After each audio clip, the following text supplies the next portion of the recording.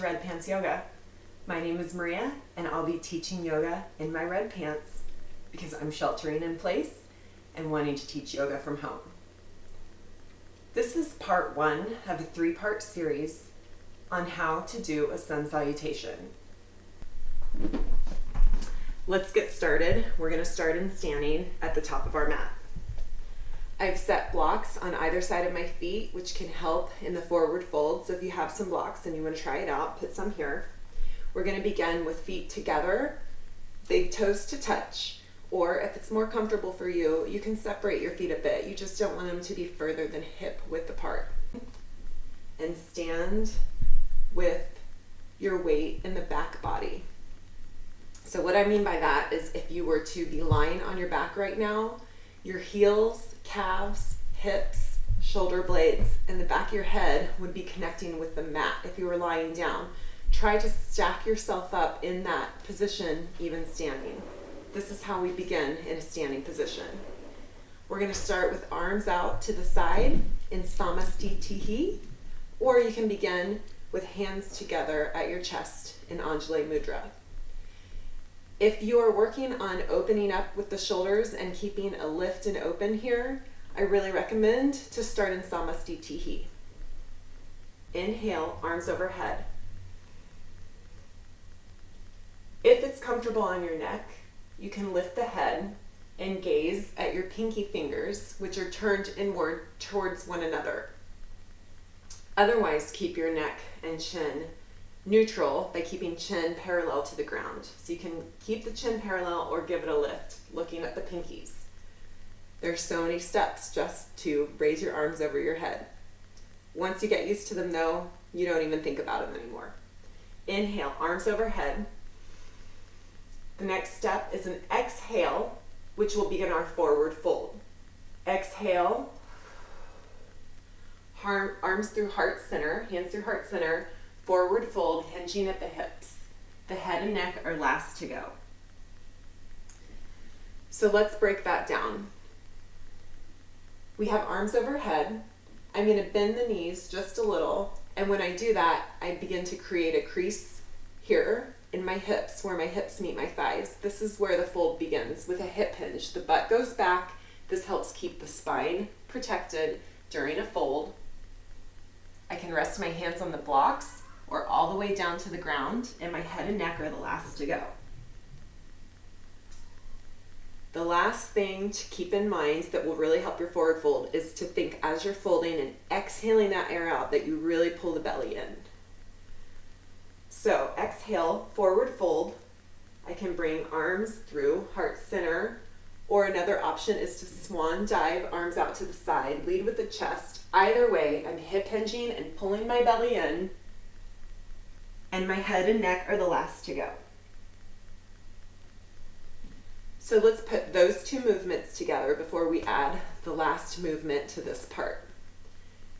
Standing in samastitihi, or hands at heart center in Anjali Mudra, we're going to begin. Inhale, arms overhead. Exhale, forward fold. The final step here is to inhale to a halfway lift. Inhale, straighten the legs, but keep a micro bend in the knees so that you don't hyperextend the knees, into a halfway lift. So I can keep my hands on the blocks. I can rest them on my shins, or if you want to come a bit higher, rest them on your thighs. Just don't push them directly onto your knees. And here's my halfway lift.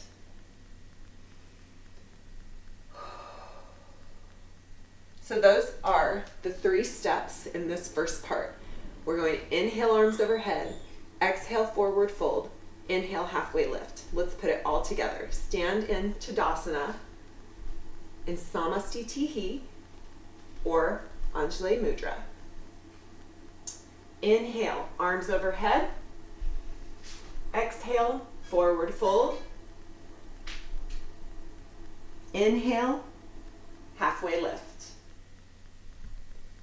So that completes part one. If you're ready to connect it and move forward, join me for part two. Thank you, yoga friends. Namaste. So when we left part one, we were in a halfway lift. The next step is to move the blocks aside to go from that halfway lift to a plank. So you'll plant your hands on the ground up top by your feet and step back into high plank. If it's more comfortable for you to come down onto your knees, go ahead and do so. In high plank, you want to make sure that your wrists are directly under your shoulders, and so that you're not dumping too much weight onto those wrists, press your fingertips into the mat too. You also want to have your heels fired up so that it feels like there's energy coming out of them. That will turn on your legs and then finally pull in the belly. And this is where you may have heard chaturanga dandasana. Chaturanga dandasana literally translates to four-limb staff pose. So I'm going to bend the elbows, begin to lower halfway, and keep the elbows tucked along the side of my ribs. It's not a very low movement. Some people go lower than they need to. So one way to check how low you want to go is to use a block to the highest point in the middle. When you lower down, your chest will rest on the block. This should help you line up your shoulders and your elbows. So that's lowering into chaturanga dandasana. If you're in a yoga class and you hear chaturanga dandasana, often what's meant by the instruction there is to go ahead and follow through to this next part. Chaturanga dandasana, four-limb pose, or I can be on my knees. And the next part is to lower down either all the way onto your belly. You can see my elbows are still bent and pulled in together. And I'm gonna lift the chest for cobra. Or if I've lowered down to chaturanga dandasana and I don't want to lower all the way to the ground, I come through, lift the chest, and keep my thighs off the mat for upward facing dog. Upward facing dog is where we'll end this second part of the 3-part series. So if you're ready to link it together to the final part, join me for the next video. Namaste. Where we left off in part 2, we were in upward facing dog or cobra, depending on your comfort level. So let's go there now. If you're in cobra, you're on your belly here, hands planted under your shoulders, gaze forward, chest lifted. There's a lift here. You're using your muscles in your lower back to lift. In fact, I can take my hands off the mat just to make sure that I'm using my lower back instead of my hands to push me up. If you are in upward facing dog, you've started essentially in the same position as cobra, but brought yourself through your arms to lift the chest. Wrists are still planted under the shoulders. My glutes and legs are turned on and my thighs are lifted off the mat. Chest is brought. So from here, we've gone through this lift with an inhale. We always want to do a lift with an inhale. On an exhale, we push back to move to downward facing dog. So drop the knees and come onto all fours to begin your downward facing dog. You're going to flip the toes and let the knees come off the ground just a few inches. They hover off the ground as you begin to lift the hips high. Press the fingertips into your mat so that you're not dumping too much weight in your wrist. Micro-bend the elbows so as not to hyperextend. Lift the hips and really open up here in the armpit. Hips high, belly pulled in, neck and head are relaxed, and your gaze is between your legs to the back wall. And then begin to let gravity pull those heels down to the ground for downward facing dog. So again, what that looks like from before, we had inhale to lift here, exhale, downward facing dog. Typically, when you do sun salutations, especially in a in an Ashtanga class, you're gonna hold your downward dog for maybe 3 breath cycles.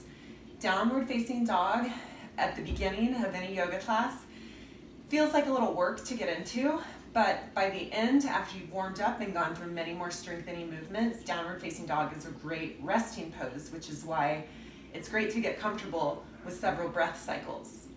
So let's move into downward facing dog and go through 2 inhales and exhales, and then we'll move to the next step. Find your downward facing dog. Again, I start in all fours, flip the toes, hover the knees, lift the hips as I push back through the fingertips and palms, open up at the elbows, hips high, downward facing dog. Let's inhale and exhale. On an exhale, every time, let the exhale remind you to pull your belly in. Inhale, exhale, and finally we'll move to the next step. So you'll hear on the next inhale, move 1 foot forward, then the next, all the way to halfway lift. Exhale, forward fold. You've been here before. Inhale, arms up, mountain pose. Exhale, bring arms down, Anjali Mudra. So that was it. Those were all of our steps. Let's put those instructions with the movements. So from our upward facing dog, exhale, downward facing dog. Breathe here.